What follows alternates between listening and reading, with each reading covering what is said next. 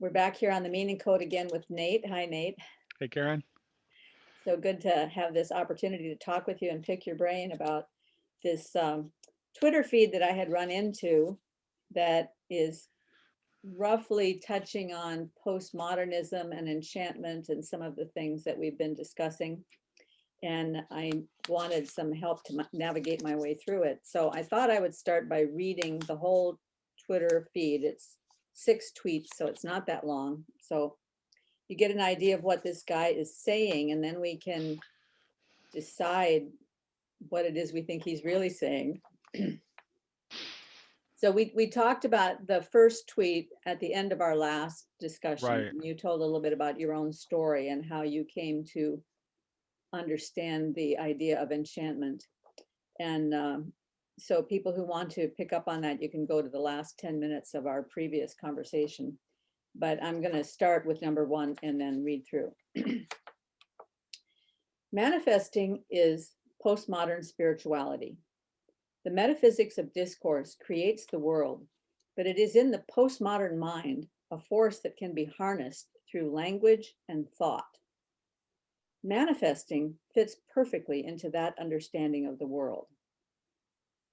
Remember, the postmoderns think everything is entirely socially constructed, and if the world is created by society using language, which means the world is built using words that express ideas, thoughts, ideologies, dreams, goals, and so on, well, then that means the world, as it's understood to be constructed, is not an unintentional brute reality, but it's filled with and interwoven with thoughts, ideas, beliefs, and dreams. If you graft our natural human propensity for spirituality onto that understanding of the world, it means the world begins to look like it is infused with, or more accurately, given the spiritual spin we are looking at, the world is enchanted with all the thoughts, ideas, dreams, and beliefs of the rolling sea of social connectedness, or society, that made the world. On this view, your dreams are quite literally out there in the world waiting to be connected with. The world is alive in a way. It isn't an impersonal, brute physical system. It is alive with the ideas, beliefs, and dreams that made it. Here's another way to think about it. If words and language have the power to socially construct reality, then words have the power to make and transform. Where else do we see that idea? We see it in witchcraft and magic, in the charms, incantations, and spells that magically transform both people and things. Now, on a large scale, one of the reasons I was confused about this Twitter thread is that it sounds as though he's representing both sides of the same coin and they're laid right on top of each other. So he's saying he's leaving the option open that you can think he is believing either one of those sides. He's not, I don't think he's being very clear about what he believes, because on the one side you could think that he believes that that the world is an unintentional brute reality and all of this socially constructed reality is erroneous, or you could think that there is something important about this socially constructed reality because it lines up with enchantment and he's in favor of enchantment. But then at the end, he brings up witchcraft and magic and spells. And so he leaves you kind of on the fence. Which side is he coming from? And Well, what I is happen he to trying have an to say? insight into this because I know a little bit about. I looked into him a little bit, and he Okay. is like, okay, so he's very much coming from like a modernist evangelical framework that is simultaneously both, right? So he comes out of it. He is like got one foot in the evangelical world. He's very much a modernist. So this is absolutely a negative reaction. He's saying that these people think that they can remake reality with the power of their language and are trying to do that to our detriment. And he makes the witchcraft comparison because I think that he feels like it's being done as a power move. Well, he's not wrong about that. Like Mhm. I would say in the case of like these postmodern cultists, that really notice how I call them cultists because it's really kind of what's going on. That is exactly what they're doing. So, but he's allergic to the idea of enchantment generally, not just the idea of enchantment coming from this particular group. He's just like he sees the world as like a set of brute objective facts that we just have to deal with, and that the meaning of which doesn't involve us at all. And it's getting to the point like where even our science is flying in the face of that at this point, to like that sort of like really like kind of like almost throwback to this at this point kind of modernist perspective where the world is this just absolute dead objective reality that is entirely mechanistic. Well, okay, so that's a perfect place to input my first question then. So the first question that comes to mind when I read this is, what is reality? What is the nature of reality? Well, I mean, I very much I'm very much within, in my own thought, I'm very much within the Christian neoplatonist tradition. So I would say that reality involves the combination of the material and the immaterial, of matter and form, which are which you cannot separate, that are inherently involved in one another, and the um, that the unknown and the invisible always shine through the particular and the material and the visible. That's what I would say from my point of So view. so you would be a non-dualist. Correct. Okay. So the unknown and the invisible always shine through the Well, known. specifically, what I would say from my point of view is that that we, so although okay, I'm going to start talking in Barfieldian terms now here. Okay. Even though in our modern consciousness, like we have become less aware of it, our participation in God is still a fundamental part of our mode of being.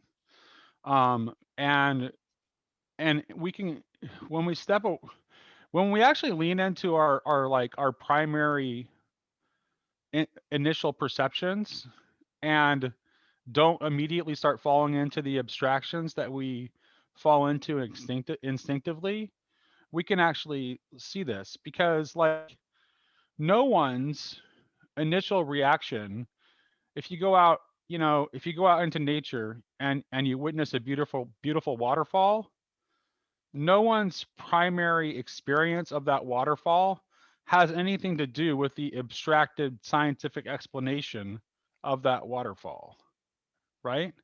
Mhm. Like there's a part of our consciousness that still experiences it like an ancient person would, that like sees it in the kind of way that an ancient person would see the goddess of the waterfall, like shining through that waterfall, right? Mhm. So we still perceive that. This is really in any of our aesthetic. Take any aesthetic experience. Like when you read a really beautiful poem and you come to the end of the poem, and all basically every great poem really it kind of like ends in this epiphany, right? Like this is there's this like opening up to transcendence, and you experience that directly.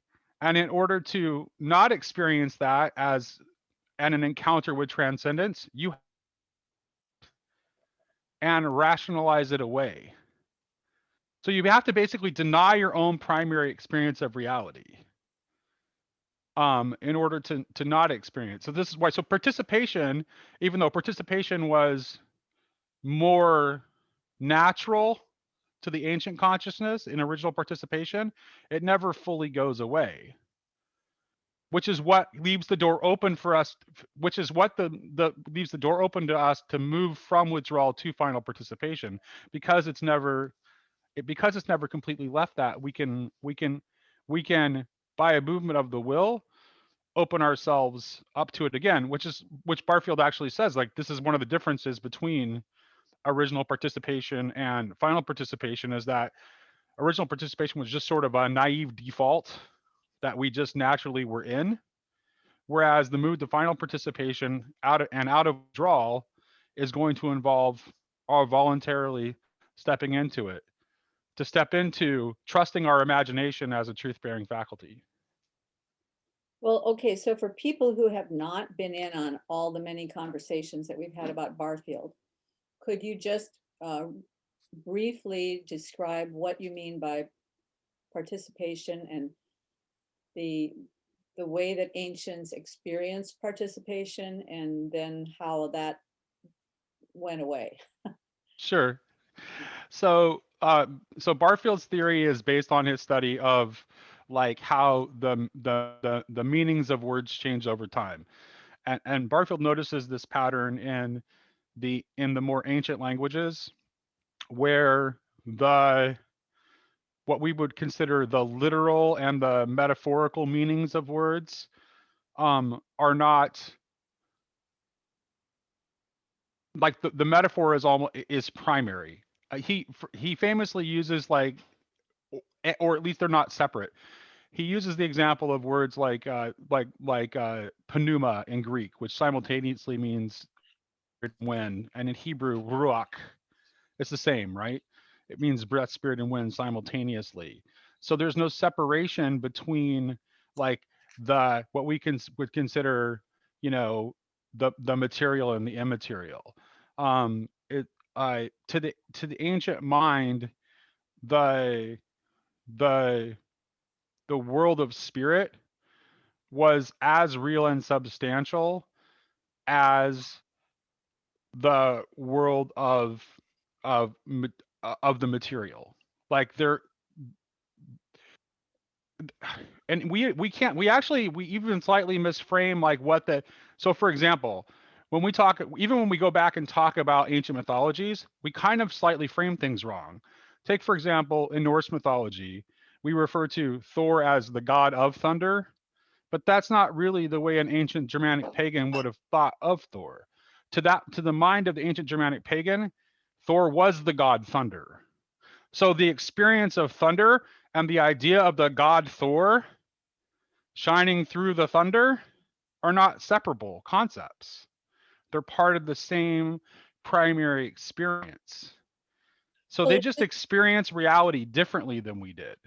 would this be consonant with the way reality is experienced by some primitive tribes that still have not been Right, which is like, penetrated yeah, by so Barfield Western? so Barfield also, like, he references in some of the works, he references the work of a French anthropologist, Lucien Levy-Bruhl, who, like, comes to, from his anthropological studies, comes to a lot of similar notions about this evolution of consciousness theory, where, like, the way we actually experience reality has changed over time, and we've gradually more and more developed this kind of like hyper individualized notion of the self that, has an absolute separation between subject and object, One of and the things that I've to the kind of ancient mind, like, more interpenetrated one another. mhm. One of the things I've kind of wondered about, and Michael and I have talked about this quite a bit, is I'm wondering if it also affected our visual perceptions, because it, as I've heard Michael talk about Barfield's work and as I read Barfield's work, I sort of had the feeling that the ancients, when they looked out at the world, it looked more like a tapestry to them, like everything was connected together, so that the visual perception wasn't a visual perception of a depth of field where some things stood out and other things were in the background, but more that when they looked out at the world, it was everything was united. visually, well, we, not just in the consciousness, but our actual visual perception. we can still just see this even in like the different like even not even going back that far. If you just like go back into like the late classical and the early medieval period and think about how to the medieval mind, like that there was like this hierarchical ordering, this great chain of being with all these like different layers and these different interconnections. And you had like, you know, the notion of the music of the spheres. So e- even not that long ago, we can still see like in the artistic images and in the thought of periods not even that far removed from us in the grand scheme of things, that there was definitely like a vision that was more focused on the wholeness instead of the modern vision. And the modern consciousness is very much focused on understanding things in terms of its parts, whereas the more ancient vision um, was better at seeing wholes. Which I think that, so to me, actually that's one good way of thinking about what final participation might look like, is the integration of that of gaining the ability of keeping the ability that we gained to understand things with precision by breaking it down into parts that we gained in withdrawal, yet being able to reintegrate back in that more ancient consciousness that was able to see the wholeness of things. So final participation in that way becomes superior to original participation because you're able to look simultaneously at both the part and the whole. Well, so I've been rereading Ian McGilchrist's The Master and His Emissary, especially the part where he breaks down the historical progression of thought and how the at different periods of history, the right hemisphere has been more in control, and in other periods, the left hemisphere has been more in control. And Right. and he also talks a bit about the prophetic nature of art. That oftentimes something will start in art that then becomes a cultural imperative, maybe 2 generations later. And one of the things that I've noticed in art over the last 100 years that is especially attractive to a lot, certainly attractive to me and a lot of other artists I know, is this loss of depth of field. Instead of trying to represent, it sort of started with the Impressionists because they were more interested in representing light than in form. But as it moved into the the post-impressionists, you start to see some people playing with this idea of a flat field of vision so that the background and the foreground melt together, and you kind of have to look twice to see which part of the picture is the background, which part is the foreground. And that's become very popular now. Now it's even drifted down into the arts and crafts version of art, where you see this kind of thing happening all the time. And it sort of feels to me like maybe that is this move towards more of a participation with with the whole being Yeah. united rather than being separate pieces. Yeah, I see. We're definitely longing for it, which is like it's like, and you know, the postmodern that postmodern spirit is just like, I mean in a way I can understand it, right? Because part of what motivates it is like no one wants to live in a world that's nothing but dead objects. Like no one wants to live in that world. And the world of modernity really, it you know, it turns everything into into a commodified dead object. Like I so um but the question is like, well, it is how like are you I think that it's right to think about like enchantment as the world begins to like regain some sense of the transcendent shining forth and becomes enchanted in our vision again. I think that there is going to be both, it's going to make the contrast between light and darkness or light and shadow, like that much more apparent. So there are going to be people that are going to want to wield that, right? You know, in a Maybe quasi magical way. And words, I mean, really, words really do have a quasi magical power. There's just no doubt. There's no doubt about that. I mean, you can use words to manipulate and control and to dominate in a dark way, and you can also use words to give life and well, the interesting encourage. thing is, you're talking about the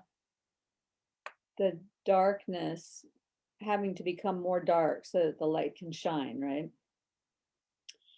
Um, what we see happening in the contemporary popular culture with all of the apocalyptic movies and TV shows Yeah, and zombifying everything, it's as though the the world of fictional art has gone more and more and more towards the dark side, gone as far as they can go to the dark side. yep. And I'm And wearing the Darth Vader shirt today too. yeah, So. and and that has started to generate a longing. It, I'm more familiar with people in the millennial generation. I know more millennials than I do people in Generation Z, or the much Right, younger generation. But my granddaughter is 14, so I guess she would be part of the new generation. And I see right, it in her, this longing for some enchantment, something to get out of this place of darkness and apocalypse, and this sense that, why does everything have to have this dark edge to it? Why does right. I've even had some non-believing millennials say to me, why is it that Netflix and Amazon and all these producers now are producing this content that is so relentlessly dark and openly, weirdly, pornographically sexual? It's as though you can't get away from it. And a lot of younger people are saying, everything doesn't have to have an edge. We can just have normal life. You know, there's a hunger for just normal life. Yeah, but I also think for the enchantment at the same time too, because like my stepdaughter is close to that. I mean, she's six. She just turned 16 in January, and she's very into like Irish mythology and folklore. So like for Hanukkah, um I I got her um a collection of W.B. Yeats Irish folk and fairy tales in a nice hardbound volume that was like that and she's been reading that and so there's something she sees something there that that's attractive that like she That's a wants to great see the idea. world. I'm gonna look into that for my granddaughter because she loves fantasy novels. She's Right, she's a voracious reader, and she will read the right, same fantasy series 7 or 8 times. I gave her Chronicles of Narnia last year, hoping she would, right. try that, but she just can't make her way through that because it's not as immediately compelling as these modern, youth It's too bad. oriented. Yeah, I love the Narnia books though, but yeah, I do yeah, too. I do too. yeah, yeah. It's like it's like, but we can't. I mean, that's the thing though, is that like it's like we're.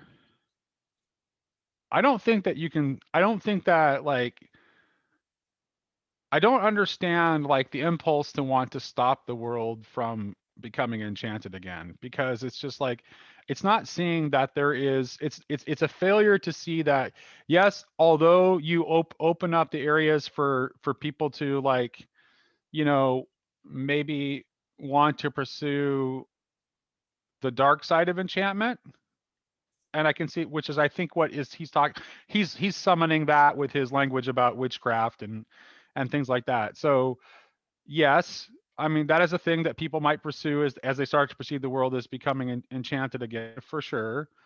But they also might actually start to see the transcendent beauty and glory of God shining through the creation again, too.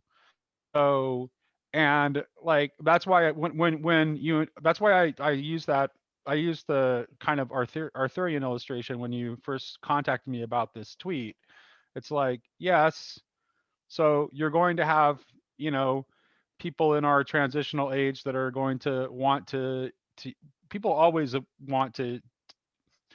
That's the thing. It's like I don't know if we've ever like I don't we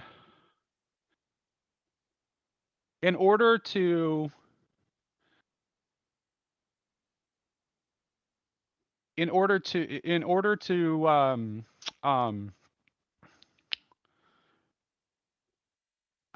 trying to figure out how to put this. So in order to be able to recover the grail, you have to you have to pass through the wasteland. So there we have to be willing to risk the danger that might come along with the recover of an enchanted vision of the world in order to gain the value that's there. Well, I mean, that's almost cliche, right? And I don't mean that in a negative way, Sure. because anytime you try to transmit any sort of wisdom in words, it always comes off as a cliche. The place that it's not a cliche is when you're in the midst of the legend itself and it transmits that truth to you. So, I mean, what you just said there is like the whole of Maps of Meaning. Right. That's the whole thing. You Right. just boiled it down into one sentence. And of course, when it becomes one sentence, it's very easy for people to think, oh, well, yeah, that's a cliche, because it's such a dense data compression of meaning packed in there. Because at, at every level of reality, anytime that you're trying to attain something better or perfect or beautiful, there's going to be a hindrance or a suffering or a struggle or an obstacle that gets in the way. And you have to make your way over that or around it or through it in order to get what's on the other side. And that's the whole, that's the way, I mean, that's the way Jordan Peterson describes reality. That to him is reality, moving from A to B and hitting the obstacle in between that drops you down the hole into the chaos. And in the chaos, you find the treasure and you bring it back up, and then you can get to B from A, but you have to go through this process, right? Which he's discovering in his personal life at the most extreme end of that experience, Right. right? But Yeah. but I want to go back to this idea of what reality actually consists of. I mean, what is the substance of reality? Let me break it down into a bunch of questions. Does the past exist? Does the future exist? What what is the framework of the now? What when we say all we have is this When moment, what do we actually mean? Is it do you mean our reality or reality? That's an important distinction. okay? Well, right now I'm talking about reality, Okay. not our reality, but actual reality. I know we interact with reality through various means, and there are a lot of different theories about how our reaction is with reality. But what is reality itself? It's He says completely unknown to he us and we says can it's oh, go a ahead. brute, unintentional, brute reality. And I think what he means by that is it smacks you on the side of the head when you don't obey, when he says unintentional, brute reality, right? But but actually what I don't know. I'm not asking the question right, but No, no, that's a really good question. Here's the thing. It's like I think he's assuming he knows what reality is a little too much, mhm. right? And I think his version of reality seems to be like he may be I don't really know what his religious beliefs are. like I said, he has 1 foot in evangelical land and 1 foot in modernist land. I don't really know what his exact spiritual beliefs are, but he definitely, but most evangelicals kind of still kind of fall into a default sort of materialistic way of thinking about the world anyway. Where like material objective reality is still primary for them. That's still how they think about what's really real. Something solid, like, this, my desk right here. This is real. That's what's real. You know, um, so we most of what reality is completely unknown to us, because because we are just this tiny bit of the finite that is encompassed by an infinite that is beyond our comprehension. So the vast majority, like the way I think of it, the image I used to think of it is like basically as reality as like two concentric circles, right? Where you have a smaller circle that is our finite realm of space time that we exist in, that is completely contained within a larger circle that is the infinite. But the infinite and the infinite and the finite are not completely separated, because that's just why I use the concentric circle image, because that's a good way of understanding that although the infinite is beyond us, at the same time it interpenetrates us entirely, which is why we can see the glory of the transcendent shining through in our finite creation. And I think that the art, the aesthetics, the arts, broadly speaking, this is how we express the true reality. That is because it's unknown to us, we always have to rely on our artists to have these intimations of little pieces of the unknown that come through to us, which is why we perceive them as like so exceedingly beautiful. Like that they just like we when we're in their when we're in their presence of a truly great work of art, we don't have words.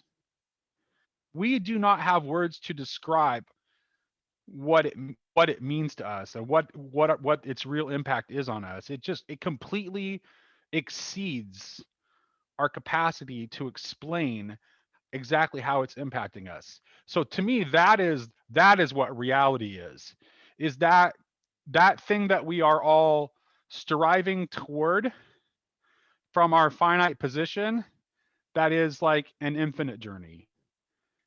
And the only way we can ever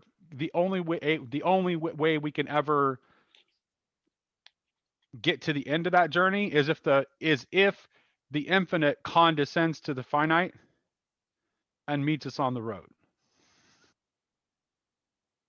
And our artists help to give us intimations of that, little foretaste of that. Yeah, a lot of things come to mind when I hear you talking about that, but and I totally agree with you on, but that's even on a higher plane than I'm thinking about. I'm trying to get right down to the nuts and bolts of looking at it from the standpoint of, let's say, physics. Okay. Um, have you ever heard of the Banach-Tarski paradox? No. Well, it's kind of a visual of that thing you're talking about, where there are these two, it's not two concentric circles, it's more like two spheres Two spheres is a that better are image. completely Yeah. interpenetrated with each other. Right. And yet they're two spheres. So when you look at it, you think you're looking at one sphere, but you can take um, you can take the surface of that sphere and cut it into pieces. And when you reform those pieces, you can actually have two spheres with the same pieces. Mathematically will actually recreate two spheres. And if they've actually worked it out mathematically, that there's almost an infinite number of spheres that can be recreated out of the pieces from just one sphere. So it's a very mysterious thing. Hmm. But when I started thinking about it, I was thinking about it with with that in mind, and then also this picture that I don't know if you've ever listened to Eric Weinstein talk about um, what is that thing that I'm going to have to link it below because I can't remember what he called it, but it's this very strange thing that is some sort of a picture of the way reality works. That's just all of these waves coming out and around and coming back in again in a way that all the ends meet, but it's all this big thing. Well, that's kind of what I picture is the Banach-Tarski paradox is instead of taking the outer pieces of the sphere and building another sphere, it's actually all of every digit, every particle that's part of that sphere. You can actually have two spheres occupying the same exact space, even though they're both full of particles. So it's completely non-dualist, but there are two things there. Right. So it's a very Right. strange thing.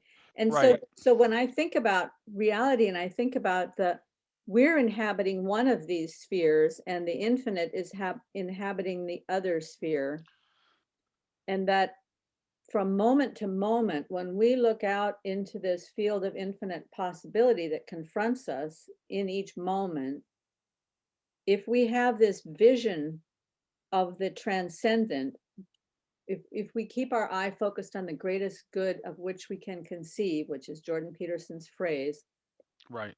that it actually makes some part of the transcendent glimmer in front of us so that as we move forward into our future, we're taking those little pieces of the transcendent that are being offered to us and incorporating them and acting on them in some way that builds the future out in front of us.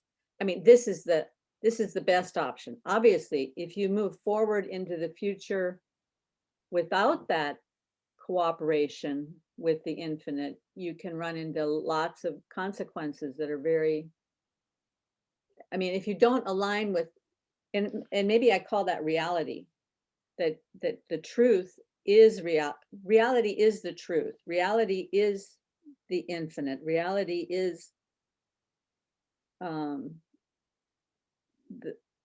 the creativity that's at the boundary between the unknown and the known. Because we're in the known at this moment. I know, so if I'm going to make friends with the unknown, then,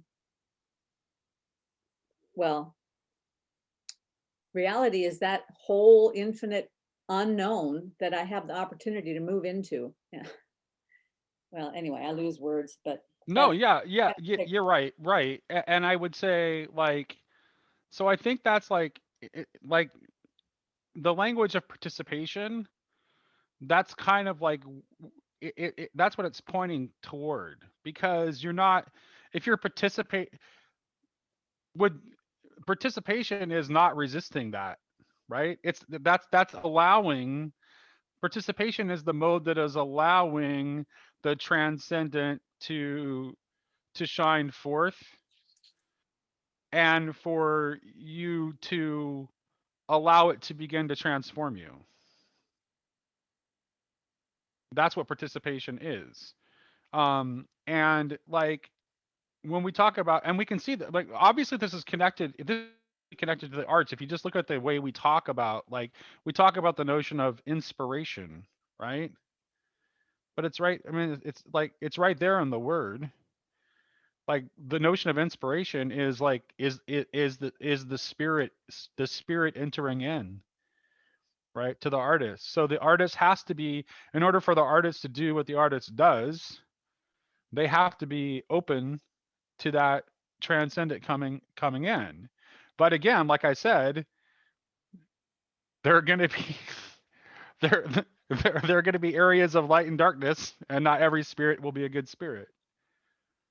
But if there's no openness to spirit at all, then dead, because ultimately it is that spirit that makes the world alive. So for those who are reluctant to move forward into re-enchantment because of the dangers of the dark side, the witchcraft and magic and charms and incantations and so forth, how would a person move forward without fear of that? Well, I think that's like this is why I think this to me this is like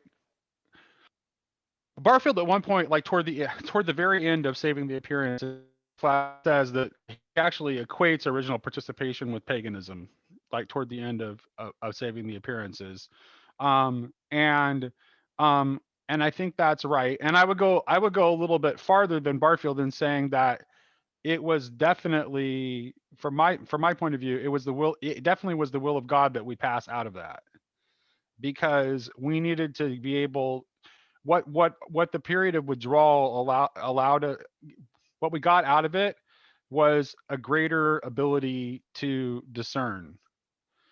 And I would say that the discernment that we have gained, we need to use in order to make sure that we're opening ourselves to the right spirit. Well, the other thing we gained out of that is to discover the depths of our need. Right. And I think like we know enough now, like our Christianity is so permeated our culture that I seriously doubt that you're going to see like you're going to see like like a modern day like uh you know cannibal or human sacrificial cult arise that is like fully in the grasp of like a dark spirit of participation. I don't think that's even open to us anymore. Well, but I mean, if you look at Revelation, when the Antichrist is going to be, shining with light, and he's going to come with miracles, and he's going to come with very enticing things that are going to make people believe that he's on the right side. Right. So that's a kind of enchantment, isn't it, that he's offering? Well, and the enchantment that is offered is sort of a mundane enchantment, though, ultimately, because what's on the table being offered is peace, but it's not the peace of God. It's the peace of Caesar, right? It's the ultimate peace of Caesar and stability of Caesar. It's not the peace of God. And the other thing that's on offer is like limitless consumption, which is why there's a connection with buying and selling and commodification. And that's kind of like that's where our world's obviously headed.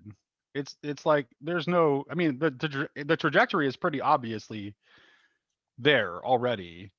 It's like that's what we're being turned more and more into non persons, really, whose non persons who are just isolated atomized individuals whose purpose is to consume in order to feed the system, which is the beast, which will both enslave us and give us peace by feeding our desires. Well, and because that's a counterfeit, the old trope about how they train people working in the bank to identify counterfeit. They never ever show them counterfeit money. They only ever have them deal with real money for a Oh, long time. interesting. And they become so conscious of what real money looks like that when the counterfeit shows up, they know it immediately. And so one of the important things is that we come to know the real transcendent and stay as close to him as we can and get to know him as well as we can, so that when the counterfeit shows up, we'll be able to see that right away. Right, right. And I think yeah. And that's the thing. It's like, I mean, it's like uh, uh, I'm trying to think of how to articulate this. Um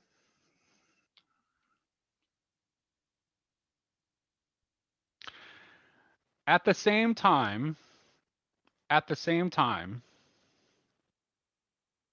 we can't be so fear of deception and illusion is really it's a primary trait of modernity from its inception.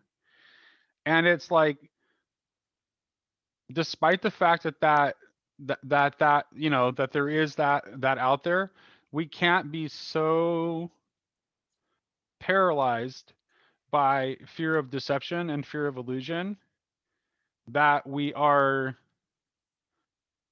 closed off from anything that scares us. Because um, the real transcendent is going to scare you for sure. Maybe that's the difference. Maybe that's the key right there, is that if it's comfortable, it's probably not real.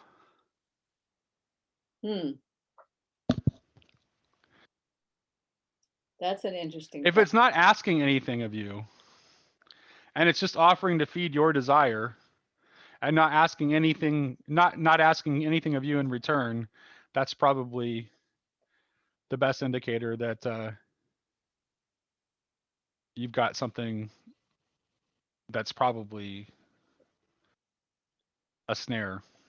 Well, so when you said fear of deception and illusion is a primary trait of modernity, I mean, that sounds a lot like how we always get into trouble with all these conspiracy theories, or with our fears that we're being lied to by this group Yeah. or that group, and we can't ever seem to see the truth because we don't want to be duped. We don't want to be the one who's the dumb guy.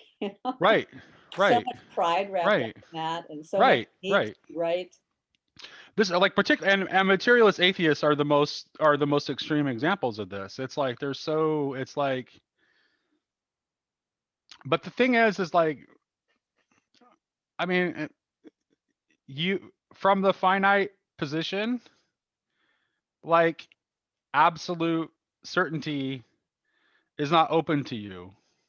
It just isn't. Like, you cannot go about, like, if you waited to have perfect information before you did anything, you could literally never do anything at all.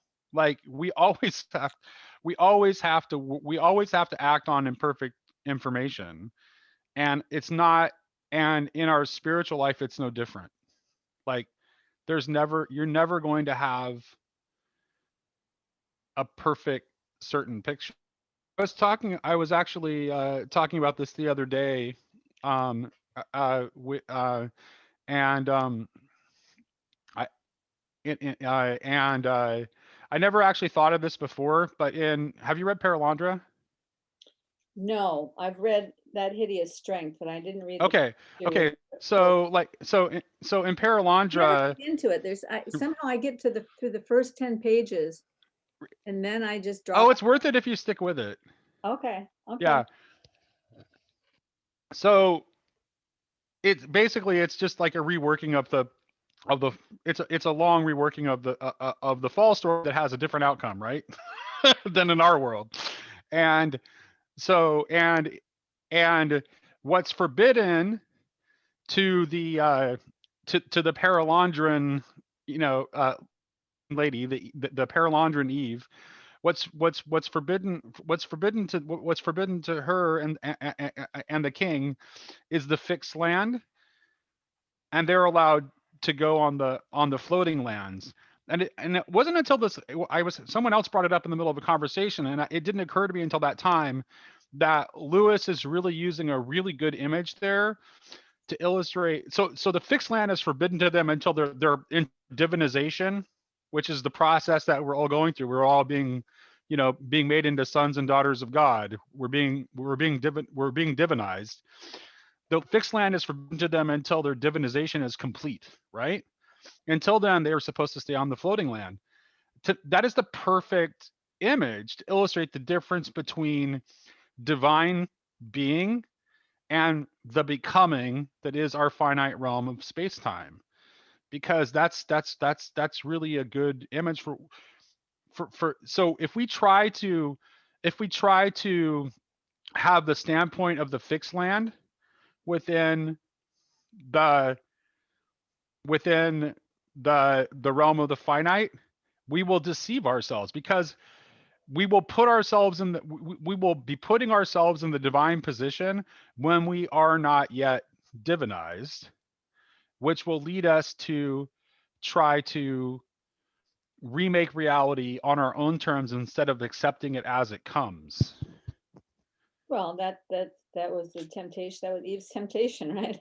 Right, right. The beautiful thing about the floating land symbolism is, I remember as a very young believer, I was in this wonderful little country church with a pastor with so much wisdom. And I still remember the Sunday night he was talking about how you have to keep your boat out into the water because you can't steer a boat that's anchored to the dock. And if we're anchored to the dock, then Yeah, we can't be led by the spirit that's right. or by God. We're not open to his work in us if we're anchored to the dock, right? This is why Jesus is always like always making these recommendations to give up things that tie us down, right? Because that's how we need to, because otherwise we can't be all these things, all these attachments and all these things that tie us down keep us from being fully open to what God is trying to reveal to us. Um That would so connect up with the whole issue of addictions too. If you're tethered to your addictions, you can't be free to move forward because you're just in this reciprocal narrowing, ever tighter circle. I think that's true of like ideological possession too, right? Yeah, Because yeah. what you've decided, it's like, okay, I have this thing, or extreme religious dogmatism. Same thing. It's like I have this absolutely correct formula that is absolutely full. You're assuming the divine perspective, which is this is why Jesus criticized the super religious hierarchical types of his day, because that's what you're doing. It's like you think that you've created this perfect finite human system, and you're not open to receiving what God has for you. Well, I was listening to Paul's conversation today with this really wonderful conversation with this young man who became a Christian when he was 16, and because of that, he moved from kind of a blue collar life into getting more education and learning more, and he just had a wonderful trajectory. And but he was very honest about his proclivity to want to get on and find answers so that he could help to fix the world. This Yeah. getting online and pursuing some line of thought, or creating some theory that you have about how things might get better. And he discovered that the longer he pursues one of these ideas and the smaller he gets it down to where he's getting closer and closer and closer to some certainty, the colder it gets. It's almost like it starts to lose its enchantment for him because he realizes there's no way he can ever reach absolute certainty, and he's just driving himself into a corner. So he's able to stop, pull back, get a larger view, maybe take some of what he's learned from that into his life, and then move on in a more rational way. Right. But then he always finds himself drawn back into that. But that's okay, because we should Yeah, never that's stop the exactly pursuit. what I thought. We Yeah. should never stop the pursuit. But we need to be open. But here's the thing, is like if we really if we're really operating in the spirit that God intends for us, then we will never that process of discovery will never should never be closed. For one thing, we don't even know, like, we have no idea what even after this life, we have no idea what's really in store for us, right? in, Mhm. in, in, in some ways, like, once we've reached, whatever our end is for this generation, or this chapter, this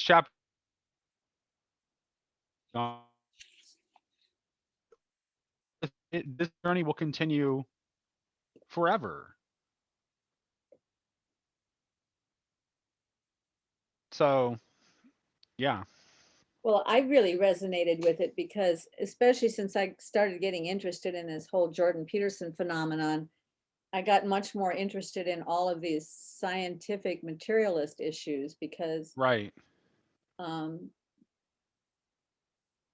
I don't think I've ever been a materialist, but I wanted to try to understand the people that were. And right. so I started reading more about physics, and sometimes I get down these rabbit trails that just go so deep into right down to the particle level, or some mathematical. If you get off in the mathematics world, you can just go anywhere. I mean, there's so much weird stuff in the mathematics world. And so sometimes I would get all wrapped up in this stuff, and I would find myself just pursuing it for hours and hours and days, and and then I would have to kind of think, well, now wait a minute, are you just getting, is this really something that's valuable to you? Is it going to help in the wider pursuit? Because my I know what my big picture is to try to connect up all these different mm, domains of knowledge and show how they all relate back to the divine, how they all relate back to the transcendent, Mhm. and where the beauty kind of shows up in all these various domains of knowledge, or where you can see the patterns of design in every domain of knowledge. So that's my big picture view, and that's what I have my discussions with people about, is to try to get this big picture view. What I'll ever do with it, I have no idea. I mean, I started out with the idea of writing a book, but then Mhm. I just got overwhelmed. I mean, I've got 800 pages of notes here, and Oh, wow. I have no way to corral them or figure out Right. how they might go together into a book. I have no idea. It's no wonder it took Jordan Peterson 15 years to write Maps of Meaning. Yes. And he's Right. way smarter than I am, with a lot more Right. knowledge, and so I was thinking. I mentioned to you that I had just been listening to. I skipped right ahead to the eighth chapter of Jordan's new book because that was the one that I thought would. I actually thought it might actually be something that I could get out of it that we might end up coming up in the conversation today, because we often end up, um, particularly when you and I talk, because I'm a poet and you're an artist. It's like the aesthetic connection to the transcendent like always comes up in the conversation, and that's really what that chapter is about. And he, in the early stages of that chapter, he talks about the difference between how he's explored and saw his neighborhood as a child and how he sees it as an adult, and how much lower, how much less detail, and how much more abstracted, and how much lower definition his map of his, his neighborhood that he's lived in as an adult for the last 30 years is, compared to grew up as a child, where he had explored every nook and cranny and took in every detail. And that's, to me, it's like that's I well, this is like, I mean, he's like touching on right there, like why Jesus says that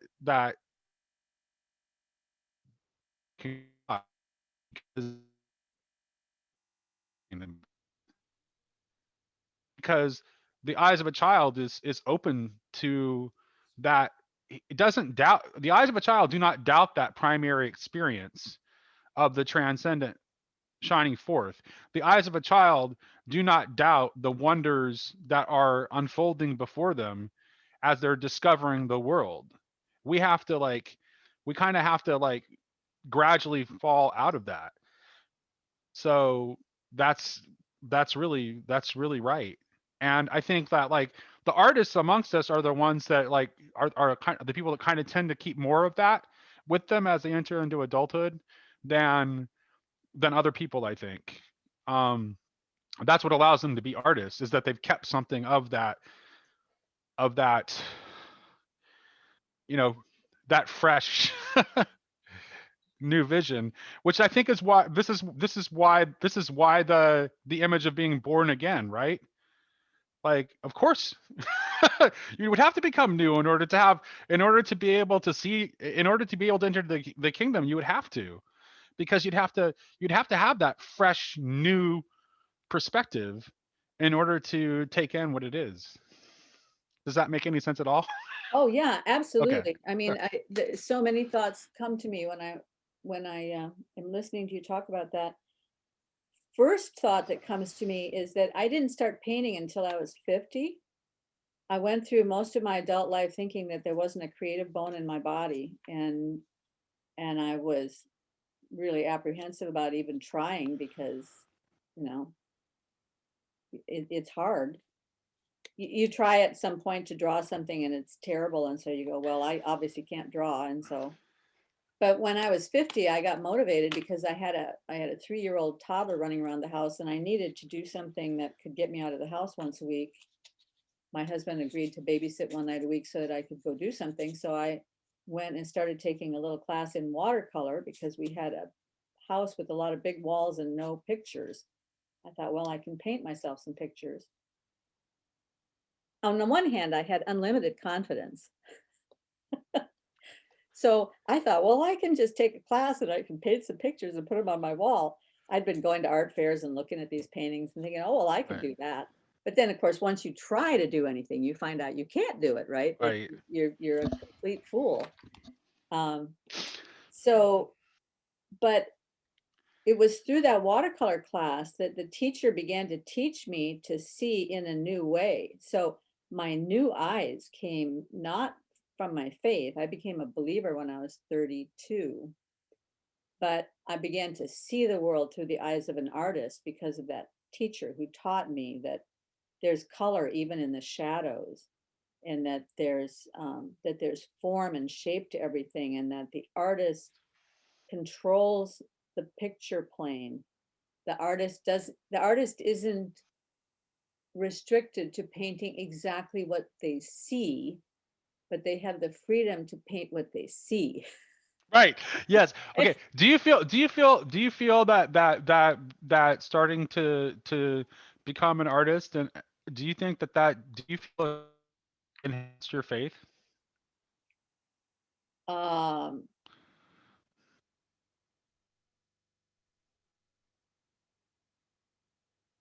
it certainly changed my framework. um for some reason, see, I became a Christian when I was 32. I think it's because of the way I became a Christian that I never, mostly never doubted, no matter what happened, no matter what.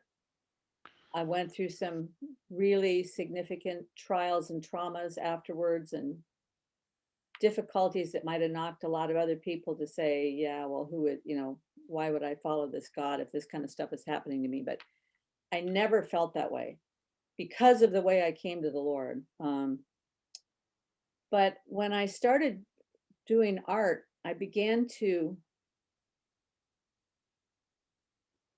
well, I guess it wasn't really one of the times that I went through was when my first husband left. We were missionaries in Japan, and my husband left me, and so I had no income. I had to give up the missionary income because obviously I can't take money from churches to support our mission if I'm in this situation.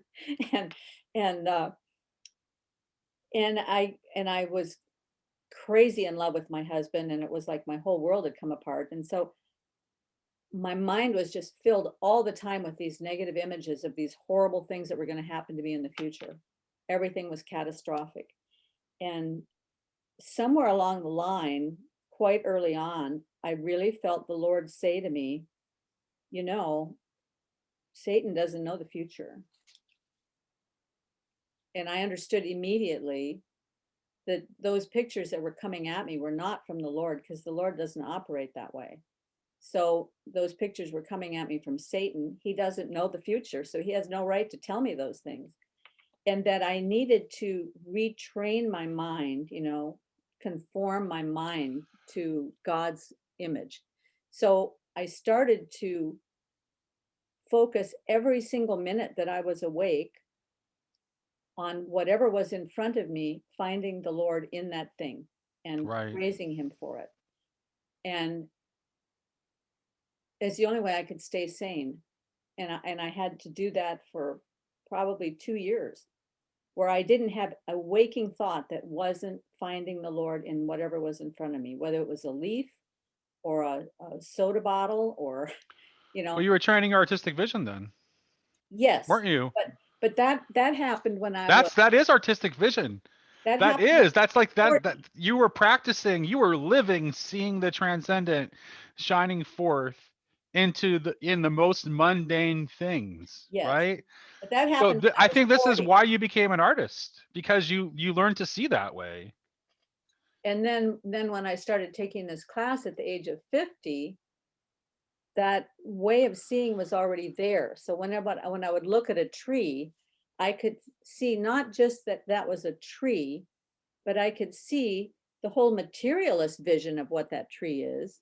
I could see all the scientific parts of the tree, but I could see the beautiful design that was built into all those scientific parts, and the way that the tree interacted with the world around it, and the way that the tree provides shade and beauty and shape and form. And I began to see, once you start really looking at a tree, it's combinatorial explosion all over the place. I mean, you think about any one cell in the tree, and all of a sudden you've entered into the transcendent. And so everything I looked at was like that. So when I painted it, I wanted to represent something of what I saw that wasn't just this tree in front of me. Because if I just tried to paint the tree, it was always clunky and awkward, because my own capacity to illustrate the tree was very poor. But when I could let the more abstract side of it come out and really get at what I thought I was seeing, then I could represent something more beautiful. Right. You could represent the unrepresented, Yeah, yeah. the unknown, Which I the guess trans. is why Right. Barfield really appeals to me, because Right. it's kind of the way I see reality, is in this tapestry of interconnectedness. That's how it I, is. I remember I remember so clearly one time when I first came back to the States after my husband left me, and I had not, and when that happened, I found my mother dying of cancer, and Oh my. they only gave her 5 weeks to live, and she made it the 5 weeks, and so I was able to have that time with her. And whatever that was that happened to her had had a very negative effect on my father's heart, and so he developed a heart irregularity, and he died 1 month after she did. And that's what I came home to from my husband leaving me. And I was still in the throes of this, and I went to visit a friend in Michigan, and she took me to her church, which was probably 80 miles outside of Ann Arbor, and it was in a little high school gymnasium. And this woman walked up to me and she said, "Karen," and I said, "How do you know me?" And she said, "Don't you recognize me? I'm Ellie." And then all of a sudden I remembered that when we got ready to go as missionaries, we went through this missionary internship training program that was in Detroit. And one of the counselors that was there was this woman named Ellie.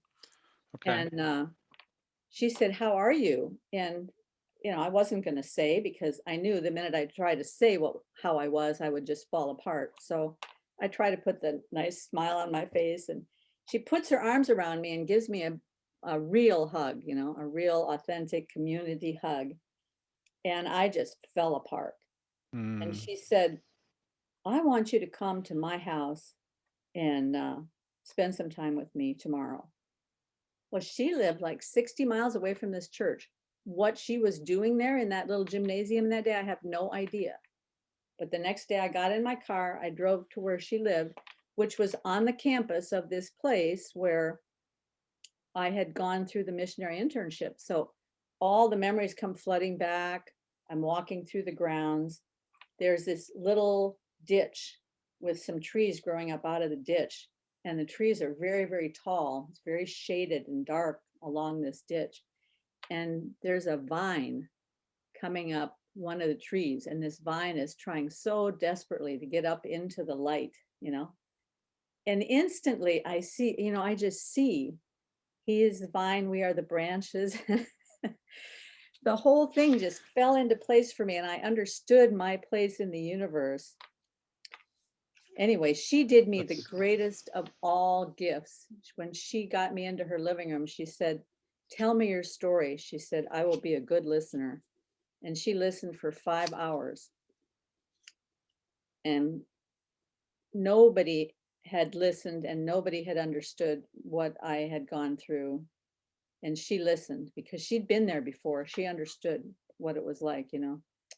yeah. So that was my road back to healing. But I still remember that vine. And so those kinds of things are filled with so much meaning when you have the word implanted in your heart, and you also have this desire to visually see God in everything around you. It just has so much depth of meaning. Yeah. Yeah. And then not and then also like and meaning I think meaning is important, but and we talk about like the meaning crisis a lot in this little corner of the internet that we inhabit. But I think that like um there's also a belonging crisis too, Mm, like alongside that meaning crisis. And I almost think that in a way, like I almost think that the belonging crisis is maybe even more fundamental, mhm, because it's like there's no short we don't live in a I mean, in the landscape we inhabit, there's no shortage there's no shortage of potential meaning to be had. People can kind of like maybe it's like maybe what the real nature of the meaning crisis, I suppose, is like the inadequacy of the various meanings that people attempt to invent for themselves. So they're not finding the only real meaning is transcendence. Like mhm, so that's so I think that's the nature of the meaning crisis is lack of transcendence. But at the same time, there's a lack of belonging because we're so, and especially now, right? In the mode we're in right now, where like in the COVID has made this whole that portion of our cultural crisis even worse, because we already had a belonging crisis, which is kind of what all the identity wars are about, right? I mean, it's like why do you think people are mad about like wanting acceptance for their various identities? It's because they internally they feel like they don't belong, and they want to feel like they belong. mhm, And so they're they attempt to like force their acceptance. But there's nothing genuine about that, though. That's not really real. And they won't be happy even if it happens. They won't really be happy with it when it happens, if it does happen. I mean, because a forced acceptance isn't real. Love has to be Belonging only comes from being loved. Like the woman who like gave you the courtesy of genuinely listening to you and hearing your story and how much that meant to you. You felt in that moment a genuine sense of belonging, because that's the only way we actually have real belonging, is through love. You cannot there is no power narrative that will ever lead to belonging, which is why we need to what we need is basically what we need is love and transcendence. It comes down to that. And it always. turns out that the transcendent thing, the transcendent being, that is the power, that which that which empties itself out and overflows into the creation itself, they're the same thing. Yeah. And even if we're alone, if we're connected to that, even if we find ourselves in a place where we're alone, if we're connected to that, we're never really alone, and we never and we still know that we belong. Well, So and the sad thing about the identity politics way of belonging is that once you belong, you find some sense of belonging because you're part of that tribe, but then you have to believe the same thing that everybody else in the tribe believes, or you won't belong. right, and it's based, you've made your belonging based on this fractious tiny portion of who you are. Yes. Like So there's so no all identity, there's all your creativity, all your uniqueness, all everything that differentiates you, all your particularities are of no meaning whatsoever, right. except unless So you have to fit in that mold. Yeah, and there's also a denial of your own Tra- state of being and becoming and under the mode of change, and yeah, the fact that you are in a very non-trivial way not the same as you were yesterday, and you will be different tomorrow than you are today. So and there's no room for that. right, exactly. And you're also you're also simultaneously, like I said, you cannot be in the mode of discovering what God is trying to reveal to you, because you're clinging to what you think you've already found for yourself. So, not, but at the same time, but at the same time, it's like, that's why I also don't understand like the whole kind of like the whole kind of anti-woke mentality either, because it's like, to me, it's like, if you have to understand, it's like you have to have some identification with like people's like sense of brokenness and not feeling like they belong, and to have some sort of empathy for that. Like, you can't, which is what I think Jordan does a really good job with that, like, unlike most people. And it's so ironic that he's so hated, because there is certainly a lot of people who actually do what Jordan is accused of doing, right? That actually aren't showing any real empathy, and really are, kind of trying to dominate with their own narrative, right? And they're just battling narrative against narrative, and they're trying to make sure that their narrative conquers. But that is not what Jordan does at all.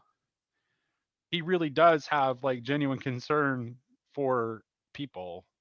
That's pretty obvious if you're paying any attention to what he actually says and does. Yeah, I totally agree with you about the anti-woke move. I think it's it's tragically underutilizing the creative potential of the people who get involved in it, because they also are only allowed one way to think. Right, There's exactly. no outside move on that.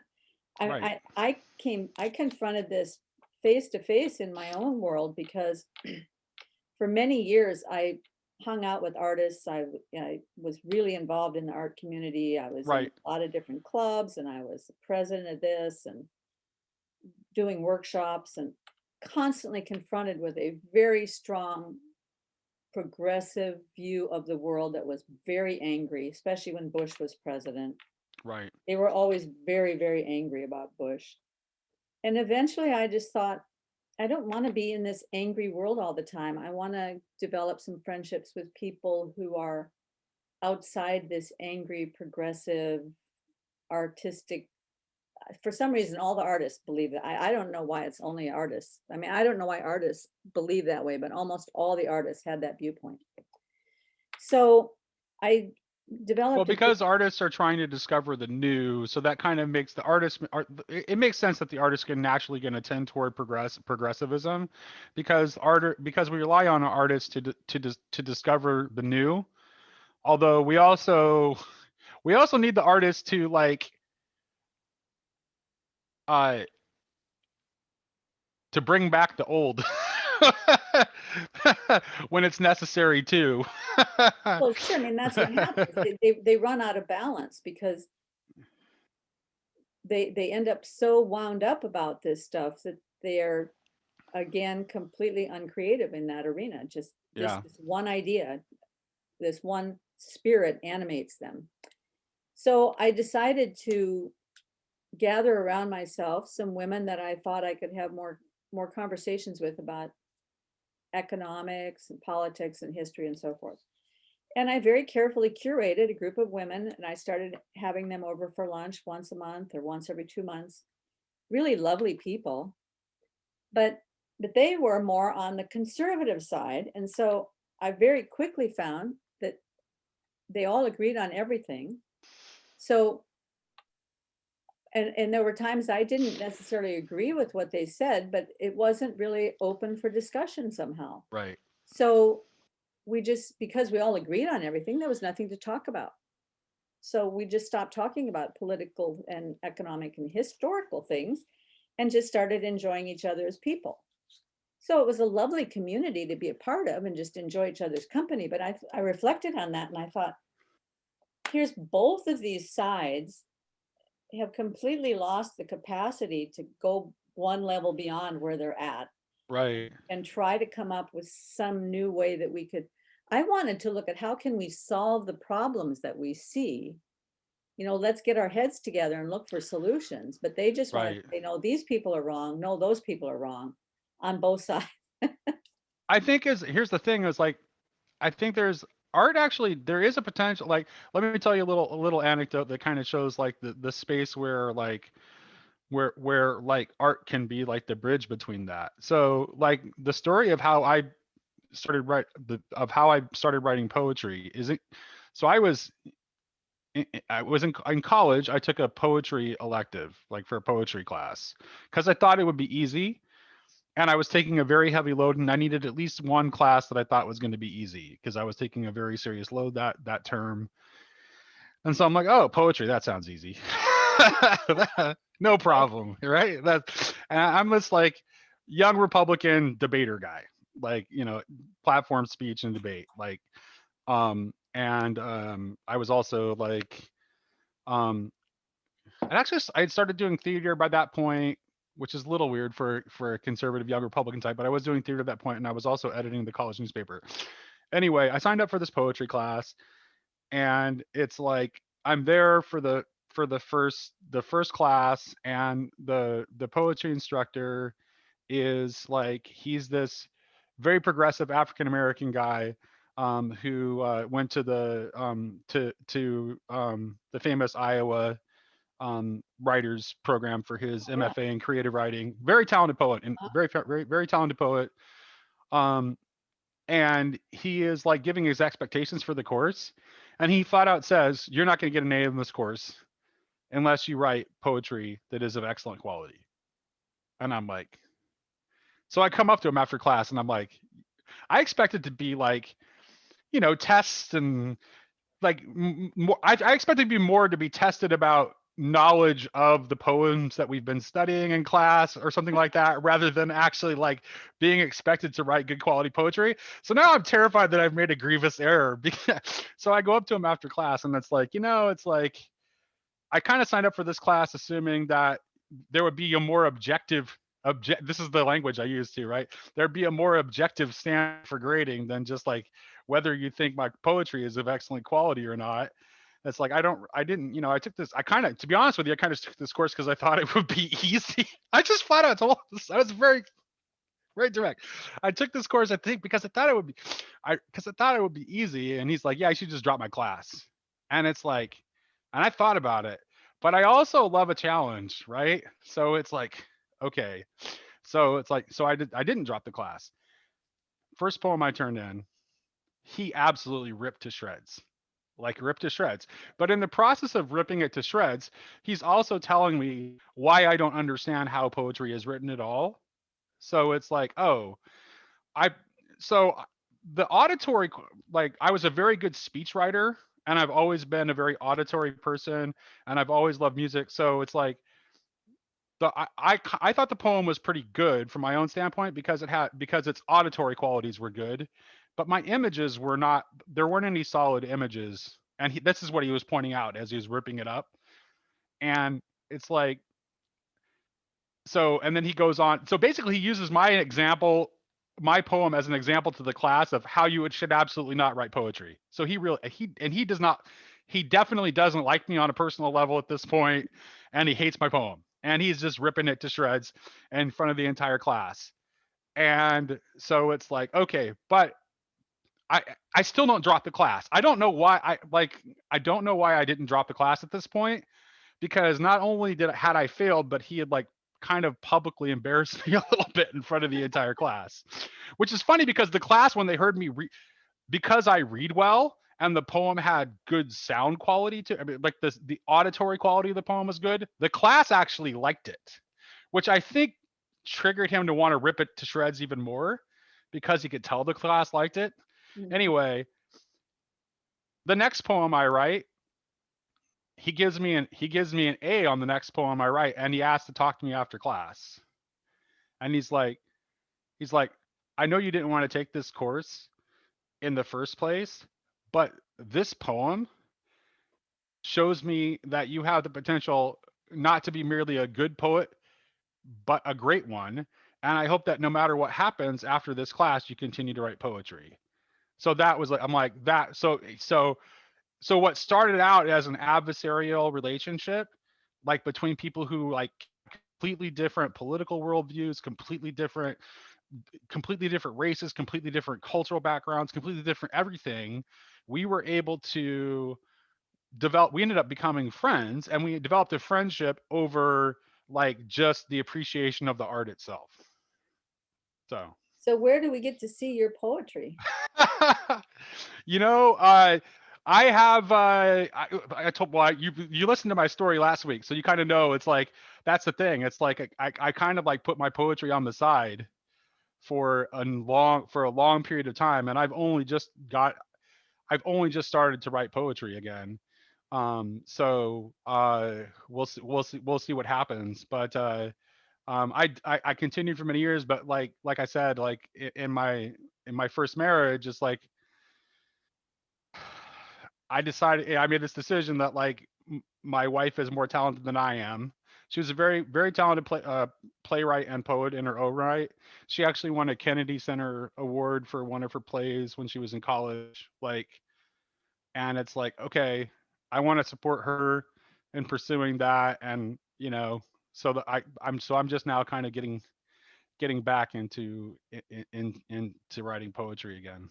So Well, that's the beautiful thing about reality, you know, that that that there's infinite potential in the future. Or yep. I mean, like I said, I never started painting until I was 50. It never even occurred to me to paint. And the last 20 years of artistic exploration have been just very, very enriching. But Yeah. when you were talking about your poetry, it reminded me of something that happened when I was 29 years old, Hmm. getting ready to turn 30. I wasn't conscious of the fact that I was 29 getting ready to turn 30. I wasn't conscious of that at all. But for some reason, I started writing music. Oh. 'Cause I'd always Oh been wow. very interested in singing, and I played a little bit of guitar, and I had played a little bit of piano in high school, but my first daughter just hated hearing me play the piano, so I stopped playing piano once she was born. Oh, But that's so interesting. I'm 29 years old, and all these songs start spilling out of me. Yeah. And I was married to this guy that I was crazy about that later on left me. And um, somehow I got it into my head I should try to schlep these to some music producer in Nashville. So I had a lot of friends in the community because I was a drama major in college, Oh, okay. and Ah, I had been involved in some community theater right. acting and directing, and through that I had met a lot of other artistic types and some musicians, and so I gathered around a guitar player and a pianist and a recording engineer, and we sat down and I had them help me um, arrange the songs so that we could turn them into actual pieces of music and then tape them. When it was old reel to reel stuff at that point. So this is like 1970. I want to say 1976, 1977, somewhere in there. Okay. The year before, our house had burned down, and we Oh had to my. move. So I remember because we were living in this house that we bought after our first house burned down, and put all this stuff on reel to reel tape. And my husband and I got in the car and drove to Nashville. And somehow I was working as a secretary, and I was pretty driven, and I had figured out a way to contact some of these different recording studios, and I had gotten appointments with 4 studios.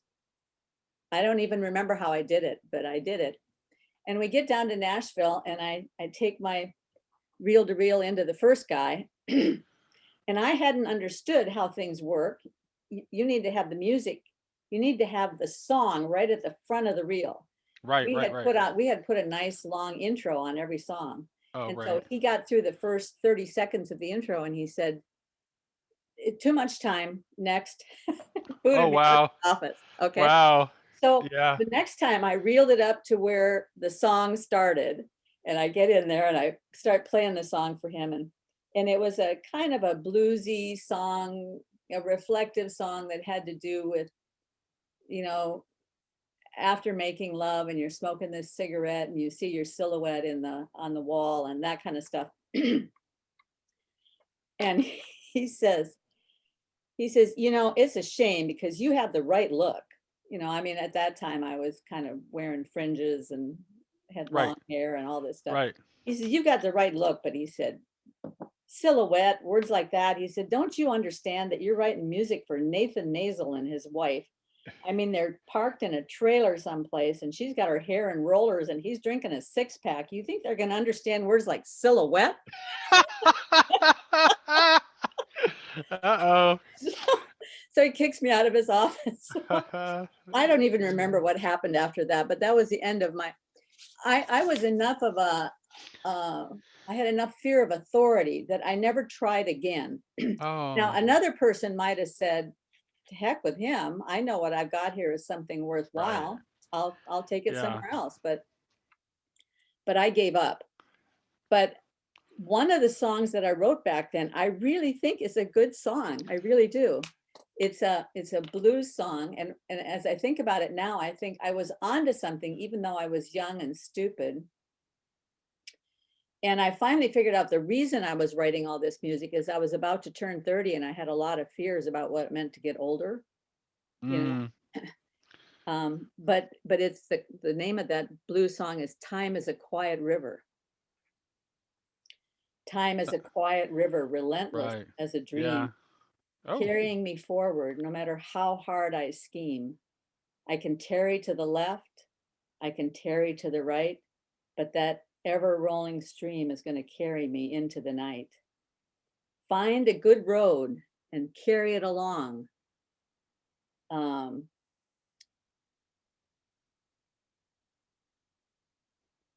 something standing clean and strong. The auctioneer will guarantee you'll find a pot of gold, but time is a commodity that can't be bought and sold. nice. No, I like it. I like it. I I like thought, I it. thought it was a I pretty like good, it. I and it had a nice blues feel Yeah. to it, you It's know. got yeah, it's got a good rhythm and some nice images. I Yeah. approve. But when I took poetry in college, because I was an English major and a drama and speech major, I had a double major. Mhm. I had to take a poetry class, and my teacher just hated my work because he said it's too pretty, too Too pretty, pretty. Too too airy, pretty. too Oh, ethereal was the word he used. It's too uh, ethereal. too ethereal. Yeah, Oh, I didn't have those concrete images, but he was yeah. a real fan of Ted. What's his name? I saw a groundhog lying dead. I poked it with an angry stick. Do you remember that? No, I don't. That was the kind of poetry we had to read, you know. Right. Oh, yeah. Why would anybody write a Yeah, song? Why it's would like anybody write a poem like that? yeah. I You couldn't know, yeah. understand it. Now I wasn't deep enough then. Probably if I went back and read it now, I'd go, oh yeah, I see what he was getting at. But at the time I was just, man, that's ugly. Yeah. Do you Yeah. have a What poem for us? you Can you recite a poem? One of your hold poems? on a second. I probably got one on my computer I could give you. Hold on a second. Just let me see here. Got a poems folder here. Poetry is definitely a window into enchantment. I recently ran across Ian McGilchrist's poetry channel where he reads a different Right. poem every day. Not So his I own poetry, so but so the someone one I'm going to else. read to you since you talked about your songwriting and my mom also my mom has always written songs, mostly Christian songs. She started writing songs when she was in nursing school.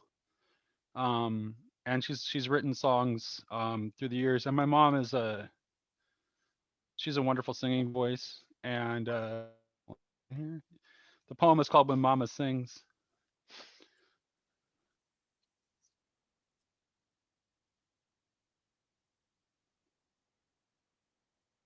When Mama was a little girl, she'd climb up a pecan tree and spend the whole day just singing in the treetops. Most folks thought she sang like a beautiful bird, but not her own mama or her granny. She climbed that tree to get away from him in the first place, away from the rules. Don't you know the girls who wear shorts go to hell? Stop that singing. That's the devil's music. Up in that pecan tree, she could just sing God's music.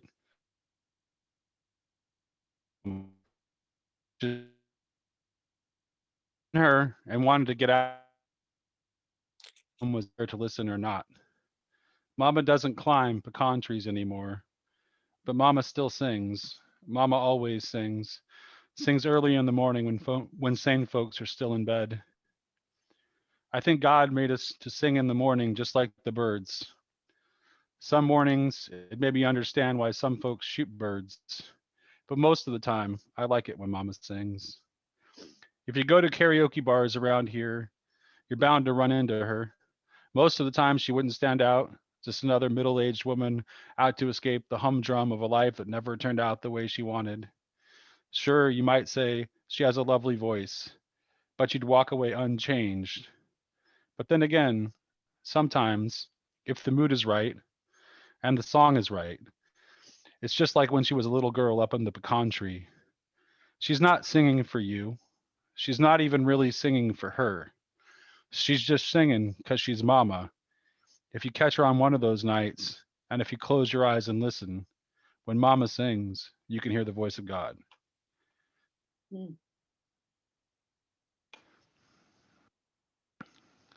That's, yeah, that's wonderful. Well, that's like That kind of like that. I audience mean, is fun, right? that poem is a kind of like at the end of it. At the end of the day, that poem is kind of about like getting to that state, right? Like, only I'm writing it for the point of view of like my mom when she was younger. Um, but like, I mean, that's like when that's kind of what like that's what I'm trying to. I mean, I wouldn't have known this at the time I was writing it, right? This is all I can only abstract this now upon reflection after having written it. But that's what I'm talking about when I say that she's she's not even singing for her, where it's just like you get yourself into that state where you are a channel for the expression. That's when it that's and you can't will that state. That's why we call it inspiration, right? Yeah. you Well, can't you and the can't you can't you can't will it to happen. You have to be open to it happening and be willing to receive it when it happens. um well, and but it's just the yeah. beautiful thing about not willing it is it's not even about what you're saying or what you're singing, Nope. because I used to sing in the choir in church, and after all these things happened to my husband and my mother and my father, I moved out to California and I didn't know a soul. I got involved in the choir because I figured it would be some sort of a family for me because I had no family left. My older daughter had come out here with me, but she had her own life. She was 21. She was already in school and working, and so here I am in the choir, and we had a wonderful choir, and I was worshiping while I'd sing. And so, a part of me was thinking, well, maybe people will see the worship and they'll see something of God just in the worshiping. I didn't know. I Right. used to wear long sleeves and I would stuff a bunch of tissue up my sleeves because I knew that I was going to cry whenever I would really get into some of these old hymns and we would be Oh yeah. worshiping. Oh yeah. And so I'd haul out the Kleenex and mop my eyes and stuff. So it really didn't have anything to do with me singing. I'm just crying my way through all this music. And one day after a particularly traumatic sob fest up there, this woman came up to me after the service and she said, I just want to thank you so much. And I said, what for? And she said, well, I've been trying to find God for a long time and I was ready to give up. And I came into this church today and I sat down, and when I saw you crying, I saw God. Right. So And it had that's nothing to do with my voice. It had nothing to do with my words. It was just because I couldn't stop the authenticity of the tears. And through that, she was able to see God. right. Yeah. And she came back to the Lord and ultimately became a friend. And you just never know what God is going to do with your circumstances. It's And you never know where that little glimpse of the transcendent shining forth is going to come from either. Yep. Like I had this experience one time where I was riding on a I can't remember, I think it was on a Greyhound, like actually, like on a longer trip, and I'm like I I'm I don't really like talking to strangers that much typically. I'm I'm a shy extrovert. It's weird. I actually get energized by interacting with people, but until I know you, I don't necessarily want to interact with you. So I'm a shy extrovert. It's an odd combination, but we exist. In any case, so it's like because that's how I am. It's like I really don't want to be talking to strangers on a bus. So and I'm a big reader, so I'm reading a book and like there's like the person like sitting in front of me is this like it's pretty obviously like a transient who like he smells terrible. He's obviously been drinking, um, and he's harassing me. He's like what you reading, and I keep ignoring him. Over like he keeps trying to ask me like what, and I'm intentionally ignoring him, and and then he's like he mutters under his breath, "Goddamn nose stuck in a book." So it's like and for some reason I was like I'm compelled to like put my book down for a minute and look at him. And I look at him, and for this brief moment, like just I can't even tell you how long it was because it was almost not like inside time because I can't tell you how long it was, but I saw him as like one of the most absolutely beautiful things I have ever seen in my life. Like there's just this, and it's like I thought maybe he was gonna. I thought, and then I'm like thinking, well, maybe he's gonna say something to me that I really need to hear because I'm seeing him in this way, and no, and that vision like faded very very, but it was just there for that fraction of a second. And yeah, so you never know where that vision is gonna come. yep. It's in the being opening and welcoming to that. Yeah. This has been wonderful, Nate.